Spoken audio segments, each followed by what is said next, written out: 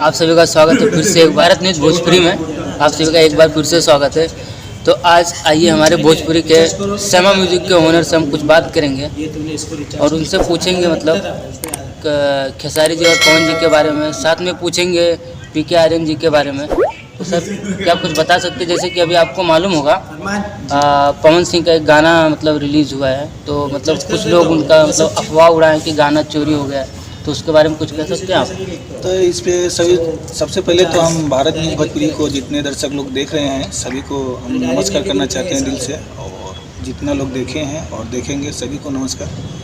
और बताना चाहेंगे कि इस गाने को लेकर पवन जी को जो विवाद में है, खेसारी जी को, इन लोगों का तो चलते रहता है। और जो है हमेशा इन लोगों का जो भी न्यूज़ रहता है, अखबार न्यूज़ रहता है, आरती न्यूज़ वाले हो गया, आर न्यूज़ वाले हो गया, कॉफ़ी विथ हो गया, मनचाहा न्यूज़ हो गया, जो भी लोग जो रहता है अपने टीआरपी के लिए लोग जाते हैं, कहीं इधर से न्यूज़ कभी उधर से न्यूज़ बनाते हैं। तो ठीक है, जो भी रहता है इनका अलग अलग तरीक़े से अपना अपना टीआरपी के लिए जो भी काम करते हैं, टीआरपी का ही काम करते हैं। और ये लोग जो भी रहता है इन लोग का अपना कुछ काम तो रहता नहीं है। अच्छा, जैसे कि सब मतलब आप सबने सुना है कि मतलब पीके आर्यन जी भी कुछ अभी मतलब सही हो गए हैं, हॉस्पिटल से रिलीज़ भी हो गए, तो उनके बारे में कुछ कह सकते हैं?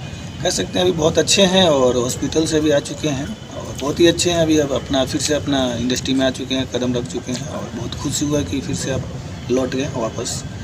और ज़्यादा कहूँगा कि ये ज्योति चौहान जो है कॉफ़ी विथ ऑफिशियल चैनल का, जो लोग मतलब अपने लड़की होकर अपनी खुद अश्लील तरीके से हरकत से उनसे न्यूज का यानी कि सवाल पूछने का तरीका नहीं होता है जो जैसी पूछी है, और अपना खुद इज्जत अपनी ही उछाल रही थी ज्योति चौहान जो भी है।